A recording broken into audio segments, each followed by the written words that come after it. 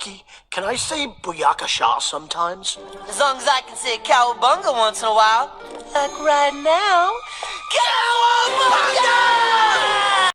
Hey everybody, welcome to Cake Burger and Booyakasha. Booyakasha. We're talking about the 2012. Still no cowabunga yet. No cowabunga. Although, you know, a little bit of cowabunga is peppered in here and there. We're talking about the 2012, recently, not recently now, but recently at the time, Nickelodeon acquired Teenage Mutant Ninja Turtle show. Which when I first saw the trailer to this, when it first came out, not a fan. I didn't mind it at all, actually, to tell you the truth. Well, the show itself, once I watched it, it was love at first sight. That's not true, actually. It was. I'm kind of like, you know, now in retrospect, I can kind of look back and say love at first sight. But when I first saw the trailer, I saw the animation style, which was looked like poor man's DreamWorks, where it's kind of like the Penguins of Madagascar type show or Jimmy Neutron type thing. I wasn't a fan of the blades coming out of like the nunchucks and the bow staffs. Yeah. I thought that was stupid. I'm like, oh no, here we go, next mutation all over again. Well, this was the animation. This was a fucking masterpiece compared to what comes after this, but we'll get to that as a good time. But I mean, the animation style, it is kind of poor man's DreamWorks. It is very like, you know, stock Nickelodeon type animation, which isn't a bad thing. I mean, they have their own person, they have their own style, and it grows on you. To be honest with you, the theme song to this, excellent. Yep. A nice, like, you know, updated, modified version of the original '87 series. I was giddy like when I first saw that. They have the basic tone of the Teenage Mutant Ninja Turtles, but they add a little, like, you know, a little rap in there and stuff, and it's great.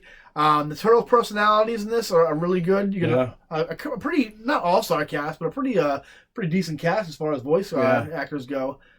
This was a mixture of both the previous to as opposed to personality and violence, so to speak, and how they use their weapons, was kind of like the best of both 87 and 03 mixed into one. This is what every smart person who buys a long-time IP would do right now, where you just look at everything that came before and take the best parts and put it all together, and you just, like, you know, fan service the crap out of it. Because this is just fan service, like, you know, like all over the place, this show. For any iteration of Turtles you like.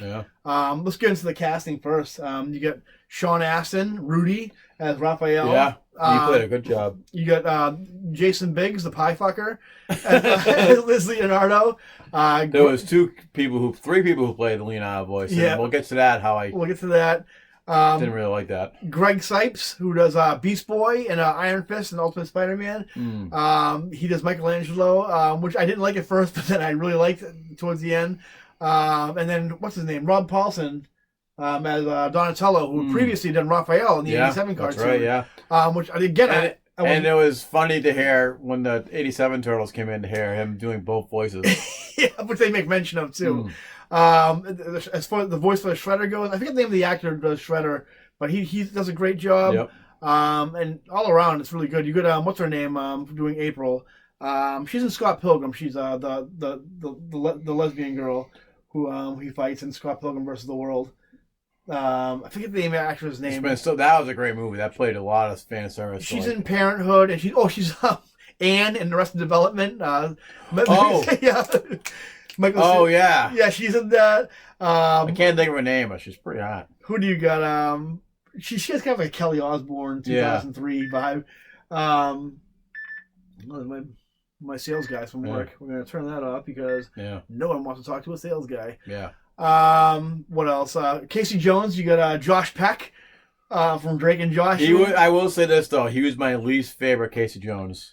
I didn't at first. When I first saw him, I'm like, this is definitely not my generation's Casey Jones, but it's definitely. He's a fucking I go back to this again.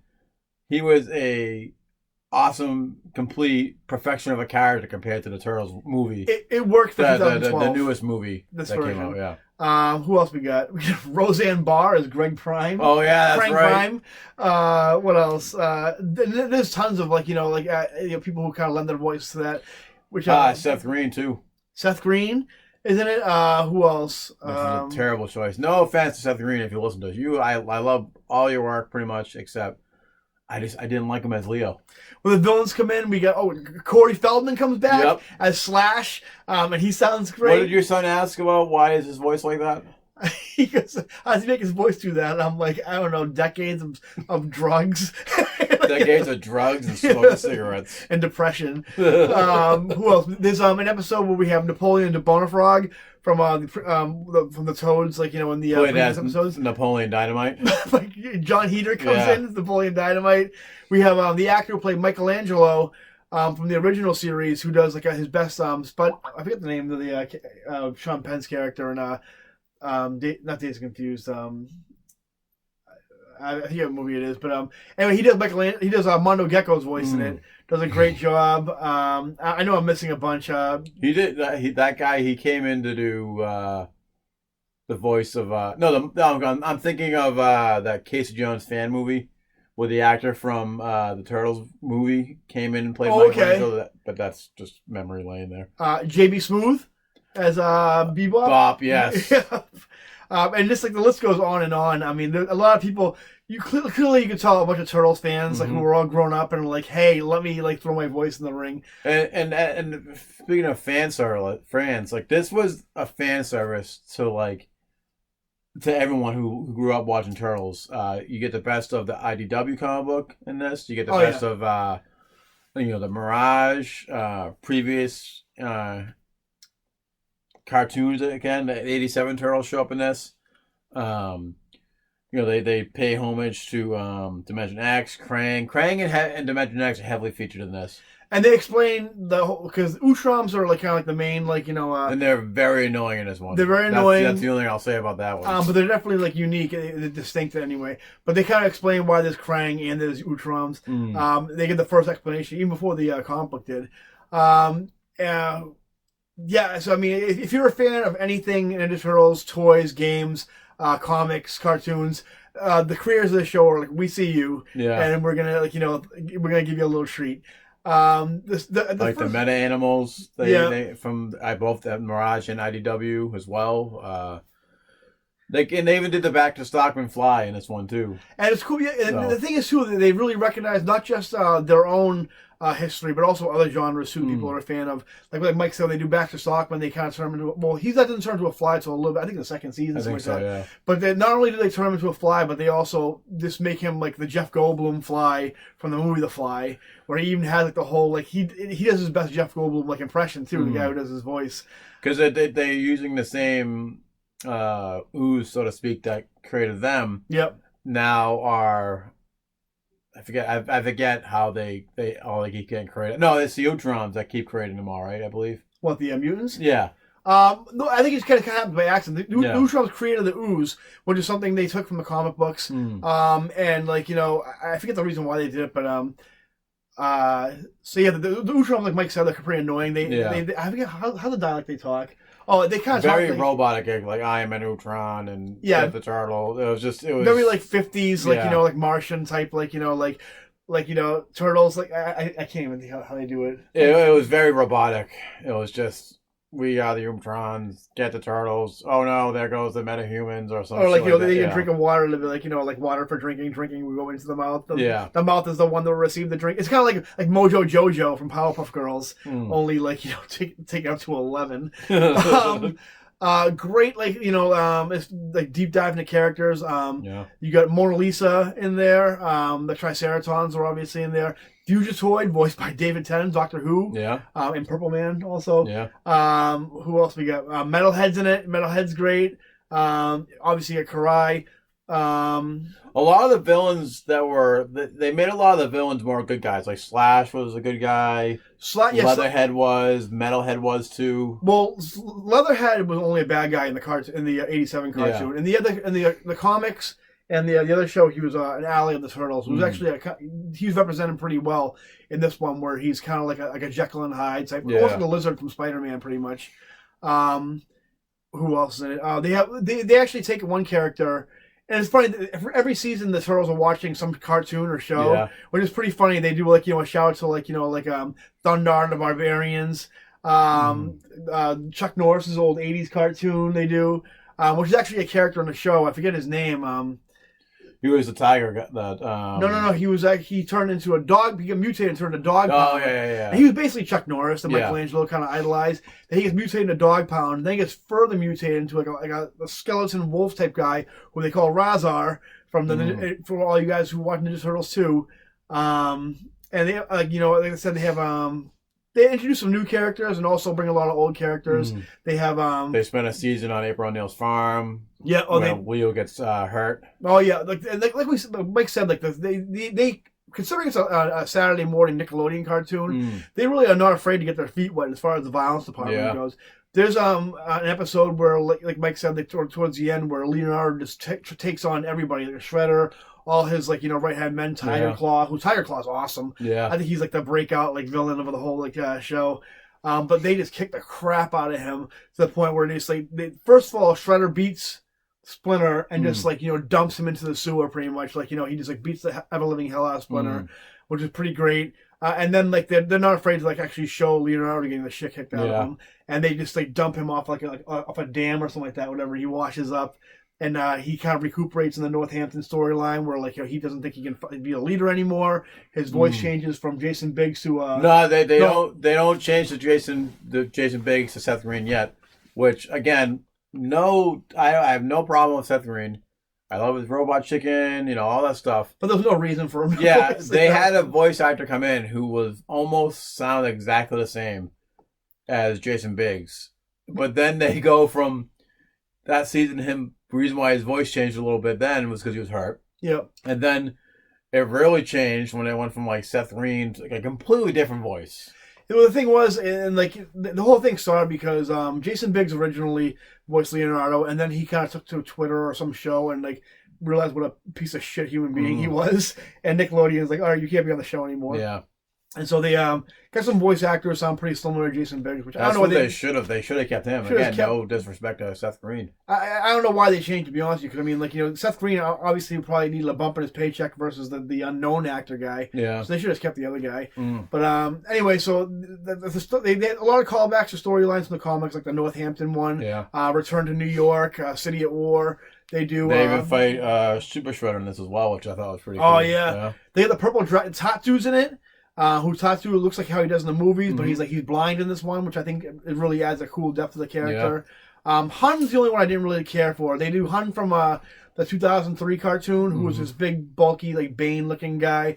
Was he Casey Jones' father in this one? I know that's not in this one. The comic book. And the 2012 cartoon, they make him basically Bruce Lee. Yeah, pretty much. And and it's almost on the borderline of offensive the way they portray him. Yeah, I mean, the show is so great. They do a season when they go out into space, which a lot of people didn't like because that's not Ninja Turtles. And I'm like, well, you haven't read the comics then. Yeah. Because a good portion of Ninja Turtles involves time travel in space. Yeah. Where they encounter Fugitoid, and Mike's favorite villain, Lord Dreg, shows up. And I don't know who the guy who does the voice for him is great. It's it's really off-putting, creepy voice, which I like. I liked him. The Triceratons are menacing in this. Yeah. They actually destroy the whole Earth in this, and the Turtles. That's why they go to the space to revert. They go back in time and reverse the whole thing from happening. Which by the end of the thing, there ends up being two different versions of the Turtles existing in one. Yeah, I gotta really rewatch that because I had unfortunately had DirecTV. Thanks DirecTV. They have the Worm in there, who's a very obscure toy. Not even from the TV series or comics, just some rando toy they bring into the show. Who's great. Who else is in it? I mean, they have Mona Lisa shows up. Yep, Mona Lisa. And they play up the romance between her and Raphael, which is a callback from the '87 cartoon. Another one villain they introduce is what's his name? Neutralizer, who's this Newt bounty hunter guy who is awesome. He's basically like Predator, only a Newt, and he he hates the Krangs, which they don't call. They do in the space episode. They reveal that there's Utroms and there's Krangs, which Krangs are basically the Nazis of the Utrom race. And they have Neutralizer, who was captured and experimented on and tortured by the Krangs, and they don't shy away from the fact that he full on smashes and murders the Krangs and eats them. It shows them slurping up the Krang tentacles, just like the Spider-Man animated series back in the day. Yep, they got a little bit more violent, especially the last episodes. They kind of went a lot more violent. with this one, and they changed the name to the Tales of Teenage Turtles the last season. The last season, I think they realized the show was reaching its end. I don't know if some people say it was canceled. Some people said it just kind of reached the end of it. The show was probably an expensive show to make. Yeah. For it being CG and also the voice cast and all that stuff. So they ended up doing one final season. There was a handful of episodes called Tales of Teenage Mutant Ninja Turtles, which they had a really cool intro. That was a season I didn't watch a lot of. And this was the one basically where they were kind of like, let's just do all the stories we wanted to do. Yeah. They do, the first one involves the Dragon Lord, who's actually a villain from the Ninja Turtles Next Mutation show, who Mark Hamill voices. They try to resurrect the Shredder. Which one thing we glossed over, they do Super Shredder. Yeah. In the last season of Ninja Turtles, which I'm not a big fan of the design. He kind of just looks like this roided out, freak. But the cool thing at the end, they have the big final fight, and just like the comics, Leonardo full on cuts his head off and holds his head up. And it's like, I remember watching that with I think my son was 3 at the time, and I'm like, what are we watching right now? I couldn't believe I was seeing this, but it was great. And it's a cartoon, so it's not it still wasn't there was blood dripping. It was just I think it was kind of more of a silhouette or a shadow of his head, it didn't actually show his head. But oh my God, what a great hats off to the people making the show to actually put that in there. But like we said, they do Tales of the TMNT. They do the Dragon one. They do Lone Wolf Turtles, where they tell the origin of how when Splinter found the turtles, and it's basically a retelling of Lone Wolf Cub, the manga series. If anybody's read it, they do a Bebop and Rocksteady one, which is hilarious. They do the Halloween one based on the Halloween action figures. And my favorite, the Usagi Yojimbo 3-parter, where they do I forget the name of the story in the Usagi Yojimbo comics, but it's great, just what you wanted to see from Usagi Yojimbo. Well, they get you playing Turtle Rescue Palooza, so you can play as him. Oh my God! I love Usagi Yojimbo. Which that episode was such a big hit. The Nickelodeon actually, they're not producing it. Another animation company's producing it, but they're actually greenlit. Finally, a Usagi Yojimbo cartoon, which I'll believe when I see it when it comes out. But what I would love more... We'll see it too, because we'll have a massive erection. Oh, for the rest of my life. Just knowing that I can die knowing that exists. What I would like to see is Usagi Yojimbo, free roam video game, kind of like how Breath of the Wild is. Just make it like Usagi Yojimbo. Well, I think what close we'll get is that Rescue Palooza game. Yeah, we'll see. I mean, you never know. And that's a fan game. That's not, Let's see how big of a hit Usagi Yojimbo is. What else? And me and Mike, which I think the reason why Mike started watching the show is because I told him about this storyline, which is basically like a Mad Max type, storyline with the Turtles in the future, which happens after this big mutagen bomb goes off and kind of just turns the world into this big desolate post-apocalyptic Mad Max world. And they have, I think it stars Raphael, who has a beard. He grew a beard at the beginning of the episode. And he's very Frank Miller, Batman, Dark Knight Returns type, big hulking and grizzly, driving around this big tank. Donatello was killed, but his brain has been mapped onto a robot, which is a callback from the Image 90s comic book. They do that in the IDW series. They put Donatello for a brief time. Yeah, they do that. And it's very gritty. Raphael, they show this part of him where he full on he's infiltrating not the foot but some lair, and he picks a guy up and you just hear crack where he's just breaking people's necks. There's one point where they have the American flag, Casey Jones, obviously everybody's dead, and there's one part where Raphael does a kamikaze thing with his tank, where they blow up the tank and going into some fortress, and he has this bomb that has the old American flag Casey Jones mask on it from the old comic books, and it's Casey Jones' skull with a bomb inside of it. Wow! And he just presses the button, and he actually says something about he makes some kind of comments like that. I forget what it was, but then there's Casey's skull with a bomb on it, and he blows the thing up. They get Michelangelo, who's just completely lost his mind. He's this hermit out and wherever, drinking, eating old expired pizza, and it's implied that he's been drinking his piss for this entire time for liquid.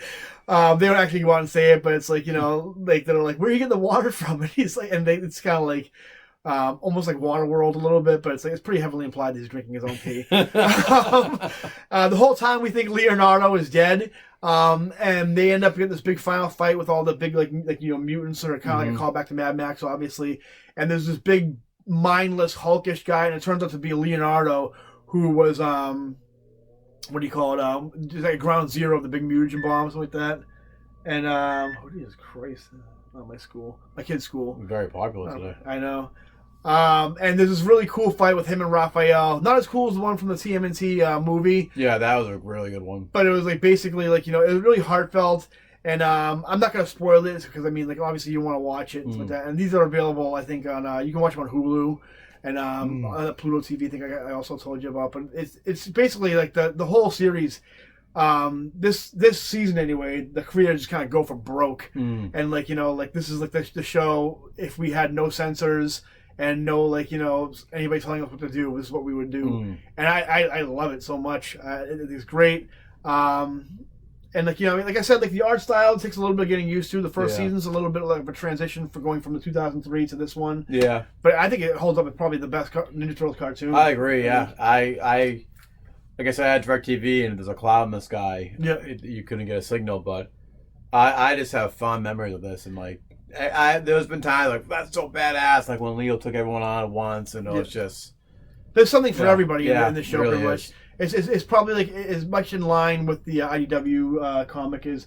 I mean, obviously not as violent, not as dark, and not as there's not much of a narrative as there is in the cartoon, but it's a comic rather. I was just saying, I haven't been that excited to watch cartoon. Oh yeah, in the longest time. So that's the 2012 one. Yeah. We were going to do a separate episode, but I think me and Mike have watched so little of it and care so little about it that we'll just kind of like blow through it really quick at the end of this episode. Yeah. The show was unceremoniously canceled. I don't know if it was in favor of this new show called Rise of the TMNT. Yeah. So I'm just going to interrupt you on that. It was the same thing that happened with Teen Titans. Teen Titans and not so much Teen Titans because Teen Titans was a phenomenal cartoon. Especially the last 3 seasons. Then we got Young Justice. Yep. And then that was canceled so that we would now get Teen Titans Go.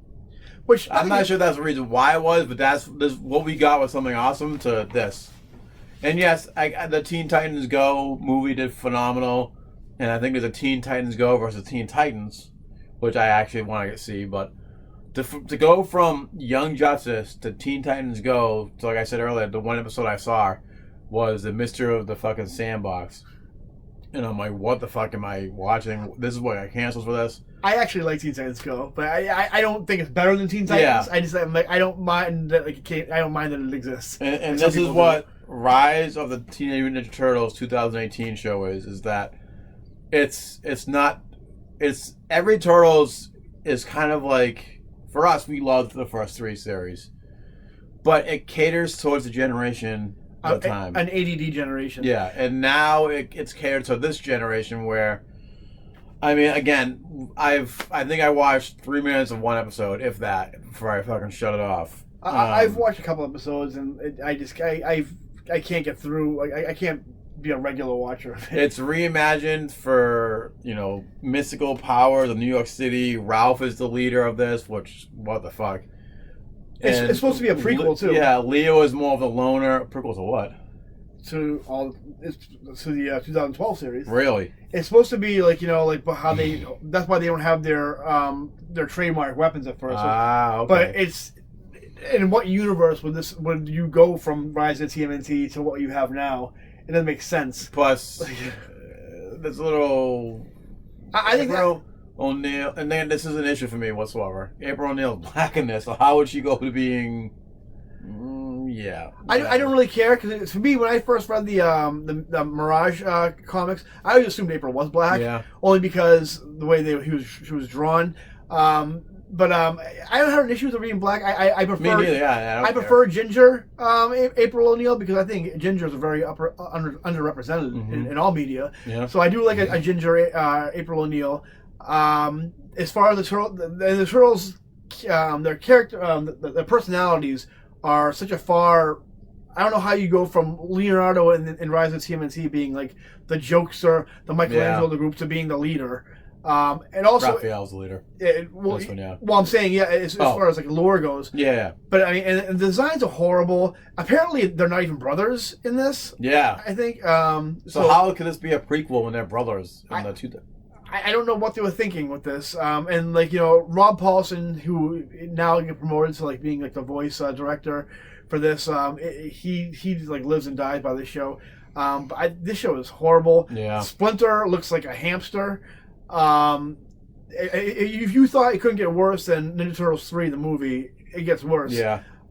This is even less violent than Turtles 87. And honestly, I've given it a chance, guys. I've tried watching it. The episodes make no sense. There's no story at all. It's like that's why I got into like I didn't think it was 3 minutes. I turned it on and it was very equivalent to the Mystery of the Science, the Sandbox from Teen Titans Go, and I'm like, I mean, what the fuck? Even Teen Titans Go, at least there's like it's like a running gag, or there's like some kind of like, okay, this is like the subject, and like we're gonna like just like, you know, whatever. But at least it makes sense. This one I watched, I'm like, what am I even watching right now? Like I don't know what's going on, and I you know, and no one's making an effort to like you know, try to make it understandable. It's just horrible. Yeah.